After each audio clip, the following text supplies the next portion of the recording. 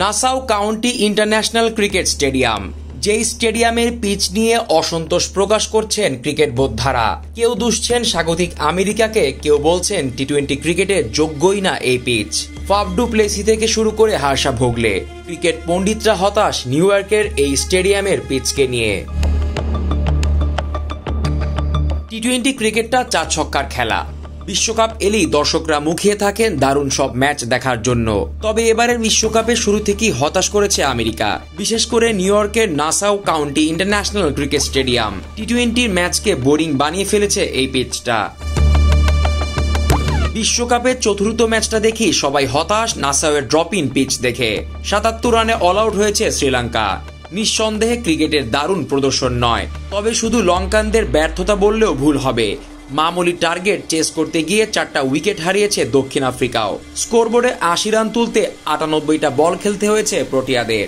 এমন খেলা দেখে বিরক্ত ক্রিকেট প্রেমীরা। হতাশা প্রকাশ করেছেন ক্রিকেট পণ্ডিত ও সাবেক ক্রিকেটাররাও। ভারতের সাবেক তারকা ফাস্ট বোলার ইরফান পাঠান রীতিমতো হতাশ নাসাউয়ের এই পিচের ওপর।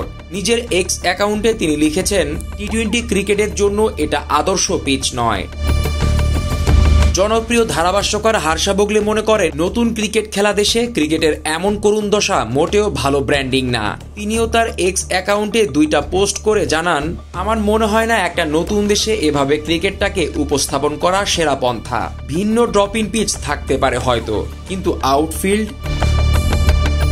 ক্রিকেট অ্যানালিস্ট প্রসন্ন লারা নিউ ইয়র্কের এই পিচকে ভয়ঙ্কর আখ্যা দিয়েছেন। তিনি বলেন, সত্যি বলতে বিশ্বকাপের ম্যাচ হোস্ট করার জন্য এটা ভয়ঙ্কর একটা পিচ। ভারতের সাবেক ক্রিকেটার মোহাম্মদ কাইফ স্বীকার করেছেন, এবারের বিশ্বকাপে আইপিএল এর মতো রান ফোয়ারা দেখা যাবে না। তিনি তার পোস্টে সতর্ক করেছেন ভারতীয় দলকে। নিজের অ্যাকাউন্টে কাইফ বলেন, এটা আইপিএল না, যুক্তরাষ্ট্রে ক্রিকেটটা অন্যরকম। এখানে বাউন্সও আছে, মুভমেন্টও আছে।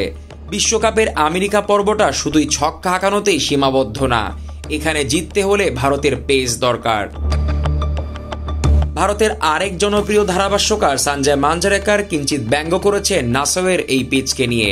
তিনি তার পোস্টে লিখেছেন, 80 দশকের পিচ আর 2020-এর ব্যাটার একদমই ভালো মিলন না। এছাড়াও দক্ষিণ আফ্রিকার সাবেক কাপ্তান ফাফ ডু প্লেসি এই পিচকে স্পাইসি পিচ বলেছেন। এর আগে ভারতের হেড কোচ রাহুল দ্রাবিড়ও কথা বলেছিলেন এই পিচ নিয়ে। বিশ্বকাপের বাংলাদেশ বনাম ভারতের প্রস্তুতি ম্যাচের পর রাহুল দ্রাবিড় বলেন, এই পিচ খুবই বিপজ্জনক, এতে খেলোয়াড়দের চোট লাগার আশঙ্কা থাকে। পিচ যেহেতু একটু নরম, তাই এতে খেলোয়াড়দের চোট পাওয়ার আশঙ্কা থাকে। সব মিলিয়ে বলতেই হয়, বিশ্বকাপের মতো মঞ্চে এমন পিচ অবশ্যই ভক্তদের কাছে কাম্য নয়। বিশেষ করে আমেরিকায় ক্রিকেটটাকে ব্র্যান্ডিং করতে এমন পিচ কখনোই সাহায্য করবে না, কেননা 4 ছক্কার মারি ভক্তদের আকৃষ্ট করে। Zisan Ahmed, BD Cric time.